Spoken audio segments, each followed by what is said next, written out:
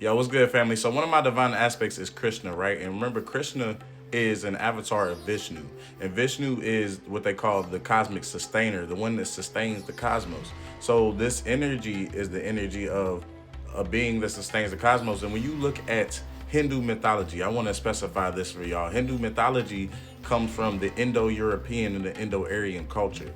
And so Indo-Aryans is the people that started off in Europe as well as the Middle East, and they in parts of Africa, and they migrated over to India, right? And they migrated over to that Asian continent where they had implemented the religion of actual Hinduism and Vedic astrology, etc. Right? So you would understand that the reason they had some of the earliest forms of what they would call these texts or these mythologies, and some of them these Kali Yuga cycles and these different cycles that go back millions of years is because they were some of the original texts, but these were in the cultures of the Middle East, etc., before they were migrated over to what you would call Hindu.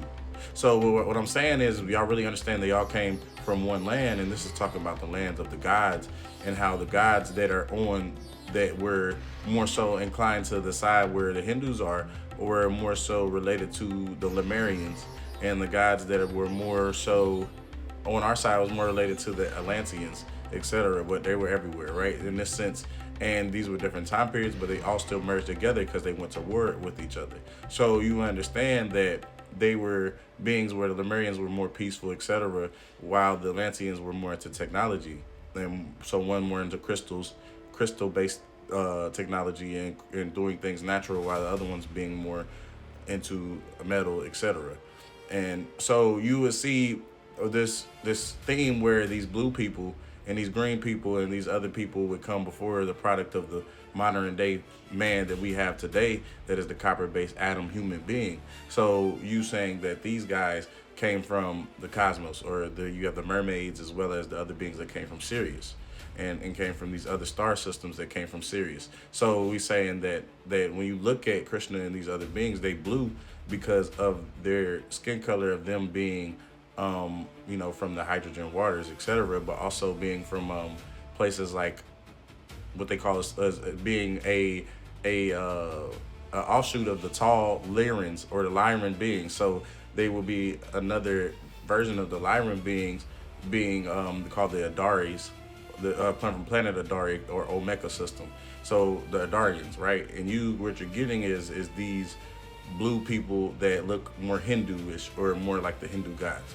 So that's what we're saying, is that many of us have genetic lineages that are tied to these beings, and that's why some of us would say, okay, he how does he have an aspect that's related to somebody from India, even though he's somebody that is repping the Egyptians or the Middle Eastern cultures of the Yahwehs and all this, and the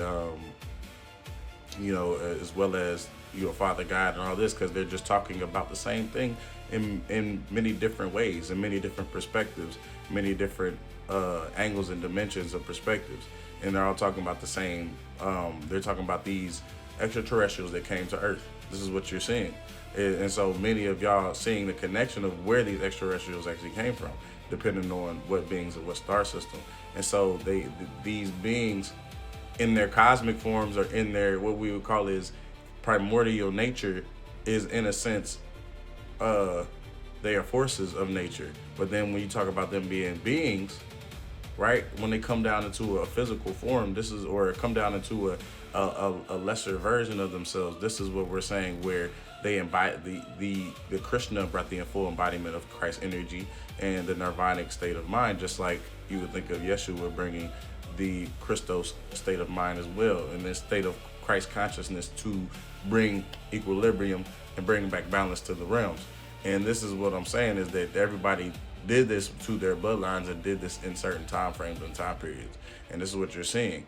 And so now you see, when you see Horus or Heru in the Egyptian text, this is the same thing. Every being doing this, every being that was a Christ, that was connected to the Christ, was doing this process in their time. They were coming through and freeing the collective by unifying the consciousness.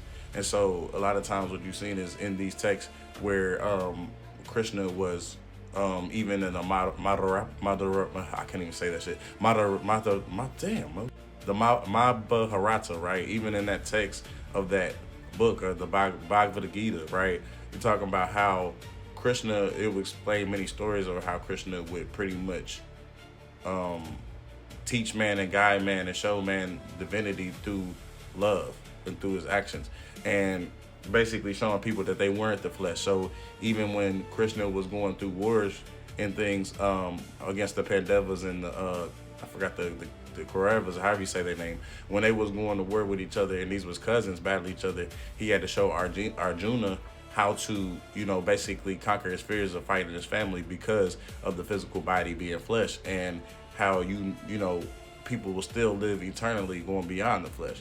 And so sometimes you have to fight family members because your family members are actually the ones that was trying to come against you instead of or working with the negative entities and enemies, or they were just in the energy where sometimes you have to fight to unify the consciousness, or you have to fight against an opposition to bring people together in a way. Now, in this sense, there was many feats where Krishna showed you his strength, but also showed you his intellect. Basically, in the war, he pretty much showed people how to win the war by the way he positioned his chariots and positioned the people, his people in battle, and etc. Right. So then you always talk about how there's many stories where Krishna has saved, a lot of people and went against Indra in one story. We'll talk about all that later. But the point is that y'all understand that you are connected to these beings, and you are also but what we say is we're one when it comes to in the genetic coding, and when it comes to also in your soul factor, in your lineage factor, in your spirit. So what we're saying is you're connected to certain aspects or higher selves, and you just are going through and remembering who it is that you're connected to and what it is that you're connected to. And you start to understand yourself the more you get into self. So this is the whole purpose. And so this is why I say this, y'all, is that once you get this, you'll see why it is that you create what you create, why you is that you decide to choose the route that you choose when it comes to what you are manifesting or what you are involving yourself in. This is all leading back to you understanding the different aspects of yourself so you can bring it together in wholeness. So that being said, this is, Krishna is an aspect of myself that is teaching me how to unify the consciousness.